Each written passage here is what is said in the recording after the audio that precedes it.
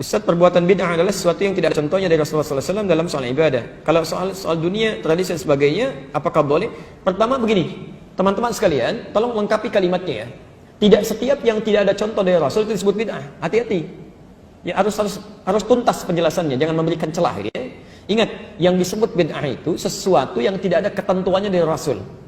Ketentuannya ada 4 sifatnya. 1, ada dalilnya, ada contohnya. Seperti sholat, jelas ya.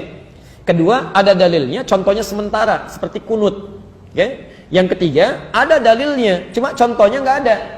Awas, hati-hati. Jadi tidak setiap yang tidak ada contohnya itu disebut bid'ah. Sepanjang ada dalilnya, walaupun tidak ada contoh, sepanjang Nabi mengisyarat untuk mengerjakan itu boleh. Boleh, karena tidak setiap yang disampaikan Nabi, beliau contohkan kalau dalam kondisi tertentu. Ya, misal, saya beri contoh misalnya, tahiyatul masjid. Ya, tahiyatul masjid.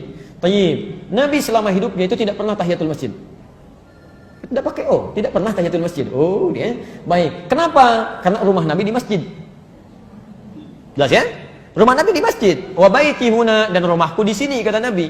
Karena itu beliau selalu sholat di dalam rumahnya, begitu iqamat baru keluar jadi imam. Jelas ya? Tapi Nabi katakan pada Sulaik al-Qatafani ketika beliau masuk ke Masjid An-Nabawi ya, dalam keadaan dia bisa salat terlebih dahulu, kemudian dia langsung duduk. Maka kata Nabi dikatakan, "Idza dakhala ahadakumul masjida fala yajlis hatta yusalli rak'atain." Kalau Anda masuk ke masjid dalam suasana yang santai, tenang, ingin i'tikaf duduk, maka jangan langsung duduk kecuali salat 2 rakaat terlebih dahulu. Jelas sampai sini? Nabi sendiri tidak mempraktikkan itu karena kondisinya memang tidak memungkinkan. Jelas ya?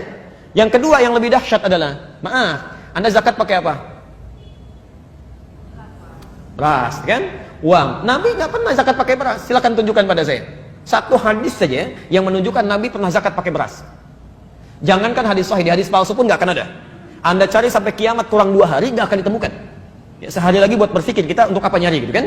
Baik, nggak ada karena Nabi zakatnya pakai gandum atau pakai kurma. Tapi kemudian di zaman Muawiyah ketika beliau jadi gubernur di Syam, di Damaskus, beliau katakan yang dimaksud zakat menggunakan kurma ataupun gandum itu irpun makanan pokoknya. Jadi kalau makanan pokok di satu tempat kemudian digunakan sebagai bagian dari zakat itu boleh. Ya sepanjang itu bagian dari makanan pokok. Makanan pokok kita apa?